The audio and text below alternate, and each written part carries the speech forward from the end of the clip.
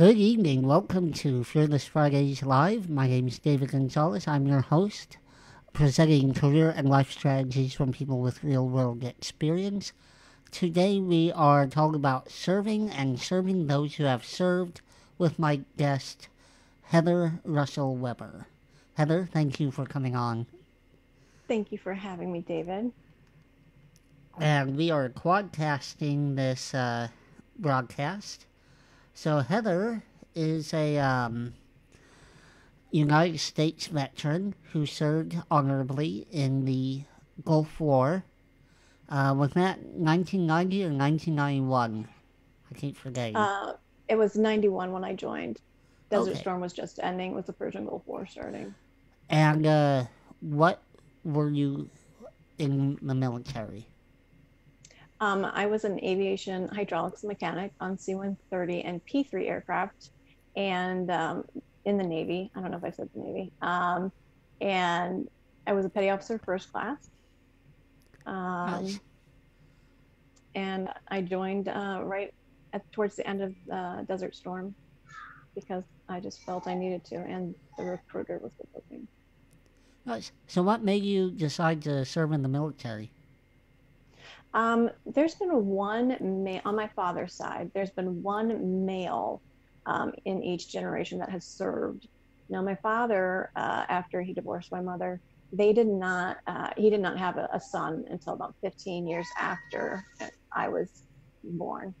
And I had started going to community college, and then I was also a live-in nanny for about a year. And I was like, well, what am I going to do? And a friend of mine was like, hey, I just joined the Navy. I want you to come and meet the guys, the recruiters. So I went down, I signed up that day. I think that was on a Friday. I went to MEPS for the entire weekend. I came home Sunday evening and I told my mother and my stepfather that I joined the Navy, and I was baby shipping out in April. Wow. Yeah. It was that fast. It was just like boom, boom. And my mom was like in tears and was like, you're going to call your father. And then, calling my father. My father wasn't upset that I joined the military. He was upset that I didn't join the Marines, that I joined the Navy. And as I remind everybody, the Marine Corps is a part of the Department of the United States Navy. Definitely noted and appreciated. I actually at one point I considered going into the military. Unfortunately, with my health issues, yeah, that's a non-starter. Yeah. Yeah, I wish I could, because it would have been an honor. So Heather, Desert Storm happened, which was the Iraqi invasion of Kuwait Correct. in the Persian Gulf, and eventually, under President George H.W. Bush, it became Operation Desert Shield. Yes. Am I right? Yes. You are correct. My uncle served in the army for that conflict, and so I was a little kid, so I'm trying to remember this. Yeah. Because there was the Operation It went Iraqi Freedom. Desert Storm to Desert Shield to the Persian Gulf War to Gulf War. And so, so you were a hydraulics mechanic for C-130s. If you have never seen a C-130 aircraft, they're amazing to see. There's actually one at airfield near me. There's an air museum about 20 miles south of me. And it actually has one of the old Air Force One planes. It has over 70 planes from around the world. So it's really a fun experience. Yeah, they're beautiful. They're huge. People don't realize how huge they are until you're like right up on it. Yeah. That was exact. When I saw it, I'm like, man, that is a big airplane. Right? And I've seen, lots of big aircraft. I've seen the 777s. I've seen the Spruce Goose. But yeah, C-130s are big. They are. So Heather, please tell us about your career in our armed services. Okay, so I joined Mm-hmm. the Navy at the age of 19. I went to boot camp here in Florida, in Orlando. I graduated there, and then myself and about 300 men. Um, I got through that fairly unscathed, I should say. And then I was transferred to Glenview Naval Air Station, which is no longer there. It's was south of Great Lakes, and that was actually where I was raped when I reported into my commanding officer. Once I got there, and he had asked a petty officer to show this little, she thinks she knows everything airman around, and he decided to, I should to take me off the base basically, and show me around. I said I didn't need to be taken off the base. I had lived in Barrington, Illinois, which is a northern suburb, so I knew the area fairly well. I didn't need that. And then we came back, and he raped me just outside the barracks in his vehicle, and so I kind of just like had to push all of that down because we were in a wartime, and I worked with Faster 200. And so I could be alone with that petty officer again. I never was alone working with him. And we were never scheduled at the exact same time to be working together in like the same area of the plane or the same section. And it was actually where I ended up meeting my husband, who was an aviation electronics technician. Um, but I did, and eventually in 93, towards the end of 93, is when I broke my back in 3 places.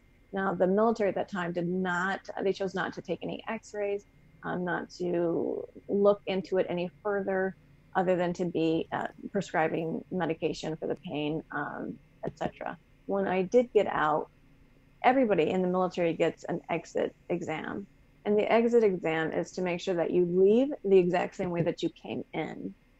So I did not get an exit exam. So when I left and I started, trying to get my VA disability, when we realized that my back's broken in 3 places, it took 17 years for them to finally say, oh, yeah, that was military related.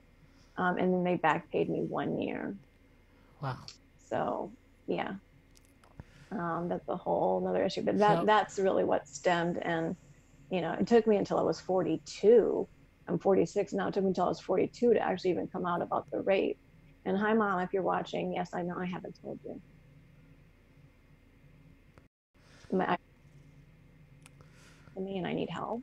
well, at least it's a step in the right direction. Yeah. For those victims, needing those services.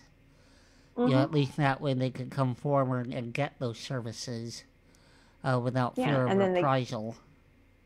Right, and they get it documented, because like for me, that 17-year gap, and then it took me till I was 42 to talk about it.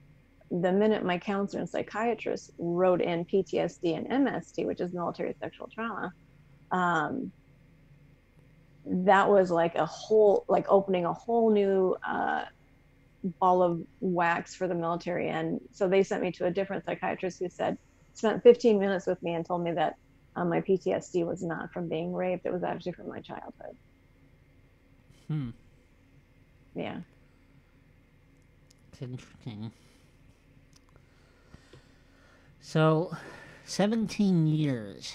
Why did it take 17 years?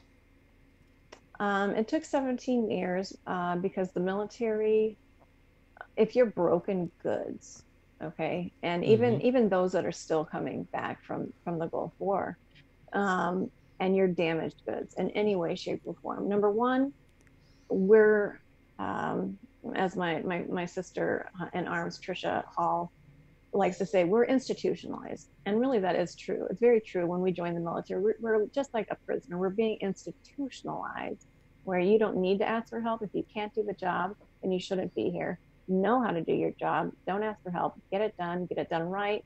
And if you don't do it right, then guess what? Somebody's going to die because of your actions. So we're taught we don't ask for help. So when you do come back, and let's say you've seen things that you can't unsee, Mm-hmm. there's a part of you that is like, oh, I can go on. So I thought I can go on. I'll just work. I'll work. I'll keep working. I'll be fine. This isn't a big issue.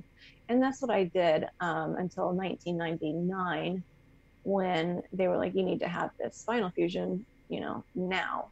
I had actually seen like, I think 4 or 5 different doctors, and then you need to have this done now, which was the worst decision I've ever made in my life. But I did it because I trusted the doctor.